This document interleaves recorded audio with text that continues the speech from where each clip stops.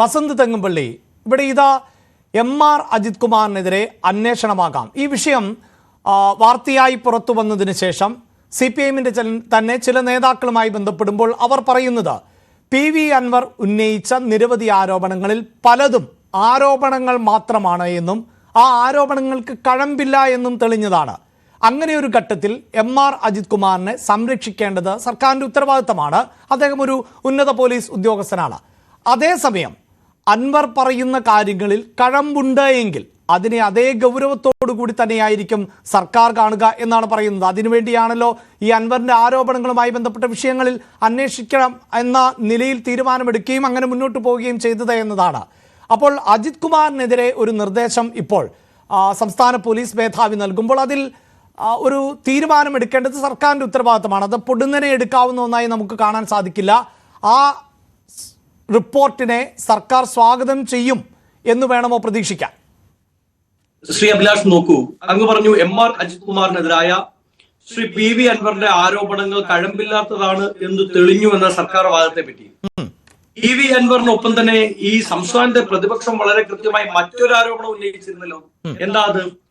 RSSനും CPM സർക്കാർക്കും ഇടയിലുള്ള പാലമായി ഒരു connecting ഡോട്ടായി പ്രവർത്തിക്കുകയാണ് അജിത് കുമാർ എന്നും അദ്ദേഹം തൃശൂരിൽ BJPക്ക് ഒരു സീറ്റ് ഉണ്ടാക്കി കൊടുക്കാൻ വേണ്ടി വിടുപണി ചെയ്തെന്നും ആ വിഴുപ്പലക്കലിന് കാവൽ നിന്നത് എം.ആർ. അജിത് കുമാറാണെന്നും RSSന്റെ ദേശീയ ഉപാധ്യക്ഷനെ കാണാൻ വേണ്ടി സ്വന്തം വണ്ടി സ്റ്റാർ ഹോട്ടലിൽ ഉപേക്ഷിച്ച് തലയിൽ മുണ്ടിട്ട് പോയി എന്നും ഒരു ആരോപണം കേരളത്തിന്റെ പ്രതിപക്ഷം ഉന്നയിച്ചില്ലേ? കേരള രാഷ്ട്രീയത്തിലെ ഏറ്റവും പ്രധാനപ്പെട്ട ആരോപണം. ആ ആരോപണത്തിലെ അന്വേഷണത്തിന്റെ റിപ്പോർട്ടിനെ പറ്റി എന്താണ് മറന്നു കളയുന്നത്? ആ ആരോപണവുമായി ബന്ധപ്പെട്ട് ഇതേ DGP സംസ്ഥാന സർക്കാരിന് റിപ്പോർട്ട് കൊടുത്തില്ലേ? എം.ആർ. അജിത് കുമാറിന് പങ്കുണ്ടായിരിക്കാം, അതിന് സാധ്യതയുണ്ടെന്നും അതുമായി ബന്ധപ്പെട്ട അന്വേഷണം നടക്കണമെന്നും. എന്നിട്ടും സംസ്ഥാന സർക്കാർ അജിത് കുമാറിനെ സംരക്ഷിക്കുകയാണ് ചെയ്യുന്നത്. ഇനി അജിത് കുമാറിനെതിരെ ഉയർന്നു വന്ന ആരോപണം ഇന്നും ഇന്നലെ തുടങ്ങുന്നതല്ല. അദ്ദേഹം വിജിലൻസ് DGP ആയിരുന്ന സമയത്ത് ഈ സ്വപ്ന സുരേഷ് ഒരു ആരോപണം ഉന്നയിക്കുന്നു. സ്വപ്ന സുരേഷ് ആരോപണം ഉന്നയിച്ച് അതിന്റെ പിറ്റേ ദിവസം സ്വപ്ന സുരേഷിന്റെ പാർട്ട്ണറിനെ, പങ്കാളിയെ ഫ്ളാറ്റിൽ കയറി ഒരു സംഘം തട്ടിക്കൊണ്ടു പോകുന്നു. അഭിലാഷ് അടക്കമുള്ള മാധ്യമ പ്രവർത്തകർ ഒരു 10 മണി 11 മണിക്ക് ഓൺ എയറിൽ നിൽക്കുമ്പോൾ വളരെ ഹോട്ട് ന്യൂസ് ആയി അത് വരുന്നു. ആരാണ് തട്ടിക്കൊണ്ടു പോയത് എന്നറിയാൻ സാധിക്കുന്നില്ല. എന്നാൽ അന്ന് ഉച്ചയോടുകൂടി സംസ്ഥാന വിജിലൻസിന്റെ ഭാഗത്തു നിന്നൊരു ഒരു വാർത്താക്കുറിപ്പ് വരികയാണ്. ഈ പണി ചെയ്തത് ആരാണ്? സംസ്ഥാന വിജിലൻസ് ആണ്. നോക്കൂ, സംസ്ഥാന സർക്കാരിനെതിരായി ആരോപണം ഉന്നയിച്ചവരെ മഫ്തിയിൽ കെട്ടി തട്ടിക്കൊണ്ടു പോകുന്ന പണി തൊട്ട് സംസ്ഥാന സർക്കാരിന് വേണ്ടി RSS മേധാവിയെ പോയി കാണുന്ന വിഴുപ്പലക്കൽ തൊട്ട് പിണറായി വിജയൻ എന്ന് പറയുന്ന വ്യക്തിക്ക് വേണ്ടി, അയാളുടെ ഇമേജ് സംരക്ഷിക്കാൻ വേണ്ടി, അയാളുടെ സർക്കാരിനെ പിടിച്ചു നിർത്താൻ വേണ്ടി എന്ത് തൊട്ടിപ്പണിയും, നാടൻ ഭാഷയിൽ പറഞ്ഞാൽ എന്ത് തൊട്ടിപ്പണിയും ചെയ്യാൻ അതിൽ ഈ സ്വപ്ന സുരേഷുമായി ബന്ധപ്പെട്ട വിഷയത്തിലൊക്കെ സ്വാഭാവികമായും ഒരു അന്വേഷണം അല്ലെങ്കിൽ അതിന്റെ ഭാഗമായൊക്കെ അത് പോലീസ് യൂണിഫോമിൽ വരണമോ മഫ്തിയിൽ വരണമോ ഏത് തരത്തിലെന്നൊക്കെ കൃത്യമായി മാധ്യമങ്ങളോട് പങ്കുവെച്ചുകൊണ്ടോ അല്ലെങ്കിൽ മറ്റുള്ളവരോട് പങ്കുവെച്ചുകൊണ്ടോ ഒക്കെ അന്വേഷണം നടപടികൾ മുന്നോട്ട് കൊണ്ടുപോവുക അത് സാധ്യമല്ലല്ലോ. സാധ്യമാണ്. കാരണം എന്താണെന്ന് അറിയാമോ? ഈ തട്ടിക്കൊണ്ടുപോകലിന്റെ തലേ ദിവസം ഒരു കാര്യം ഉണ്ടായിരുന്നു. ഈ ന്യൂസ് ക്രോണോളജി അങ്ങ് മറന്നു പോകുമെന്ന് ഞാൻ പ്രതീക്ഷിക്കുന്നില്ല. തലേ ദിവസം എന്താണ് ശ്രീ അഭിലാഷ് ഉണ്ടായത്? തലേ ദിവസം സ്വപ്ന സുരേഷ് കേരളത്തിന്റെ ഹൈക്കോടതിയിൽ 164 ഫയൽ ചെയ്യുന്നു.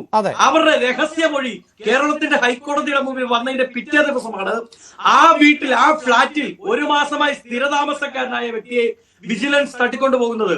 നിങ്ങൾ മാധ്യമങ്ങൾ അടക്കം പറഞ്ഞില്ലേ ഇയാളെ കാണാനില്ല, ഗുണ്ടാ സംഘം തട്ടിക്കൊണ്ടുപോയി എന്ന് പറഞ്ഞില്ലേ?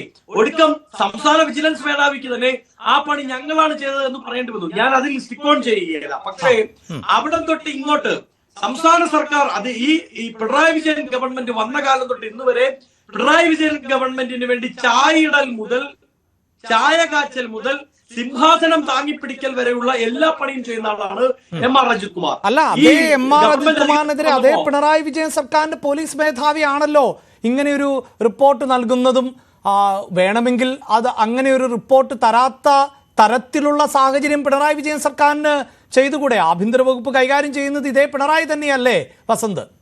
അവിടെയാണ് പ്രശ്നം. അവിടെ 2 പ്രശ്നങ്ങളാണുള്ളത്. ഒന്നാം പിണറായി ഗവൺമെന്റ് അധികാരത്തിൽ വന്നപ്പോൾ സെക്രട്ടേറിയറ്റിൽ ജീവനക്കാരെ അഭിസംബോധന ചെയ്തുകൊണ്ട് പിണറായി വിജയൻ പറഞ്ഞു ഇനി ഇവിടെ അവതാരങ്ങൾ ഉണ്ടാവില്ല എന്ന്. പക്ഷേ 2-3 പിണറായി ഗവൺമെന്റുകളുടെ കാലത്തിൽ അവതാരങ്ങളുടെ അയ്യരുകളിൽ നമ്മൾ കണ്ടതാണ്. ഇതുമായി ബന്ധപ്പെട്ട് ചിലരൊക്കെ മുഖ്യമന്ത്രിയുടെ ഗുഡ് ലിസ്റ്റിൽ കയറിപ്പെടുന്നു, ചിലരൊക്കെ മുഖ്യമന്ത്രിയുടെ സ്പെഷ്യൽ അവതാരങ്ങളായി മാറുന്നു എന്നതിന് പേരിൽ IAS ഉദ്യോഗസ്ഥരുടെ ഇടയിൽ IPS ഉദ്യോഗസ്ഥരുടെ ഇടയിൽ പരസ്പരം ഗ്രൂപ്പ് വഴക്കുണ്ട്. ആ ഗ്രൂപ്പ് വഴക്ക് ചിലർ എന്താണ് CPM-ന്റെ ഗുഡ് ബോയ്സ്, ചിലർ CPM-ന്റെ ബാഡ് ബോയ്സ്, അങ്ങനെയുള്ള രീതിയിൽ ഇവർ തമ്മിലുള്ള പടലപ്പടക്കം നടക്കുന്നുണ്ട്. ആ പടലപ്പടക്കം നടക്കുമ്പോൾ സ്വാഭാവികമായും പിണറായി വിജയൻ വിളിച്ചു പറഞ്ഞാൽ DGP ഇതാ ഇങ്ങനൊരു റിപ്പോർട്ട് കൊടുക്കണം എന്ന് പറഞ്ഞാൽ കൊടുക്കണമെന്നില്ല.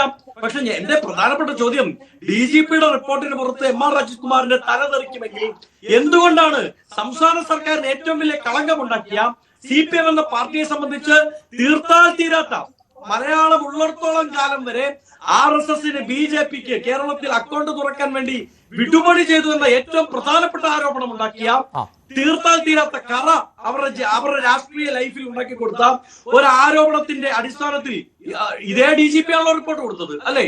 ആ റിപ്പോർട്ട് എടുത്ത് ഫ്രീസറിൽ വെച്ച് അത് ലോക്ക് ചെയ്ത് അതിന്റെ കീ എടുത്ത് കീശയിലിട്ട് പറക്കുകയാണ് പിണറായി വിജയൻ, അല്ലാതെ ആക്ഷൻ എടുത്തിട്ടില്ലല്ലോ. അതുകൊണ്ട് ഇതിലും അജിത് കുമാർ, അതായത് താങ്കൾ പറഞ്ഞു വെക്കുന്നത് അതേ പിണറായി വിജയൻ അതേ ലോക്കറിൽ തന്നെയാകും DGP-യുടെ ഈ റിപ്പോർട്ടും വെക്കുക എന്നാണോ? എന്ന് മാത്രമല്ല വിരമിച്ചു കുറെ കാലം. ഇന്നലെ വേറൊരു പ്രത്യേകത ഉണ്ടല്ലോ, KM എബ്രാഹിമിനെതിരെ ഹൈക്കോടതി CBI അന്വേഷണം പ്രഖ്യാപിച്ചല്ലോ.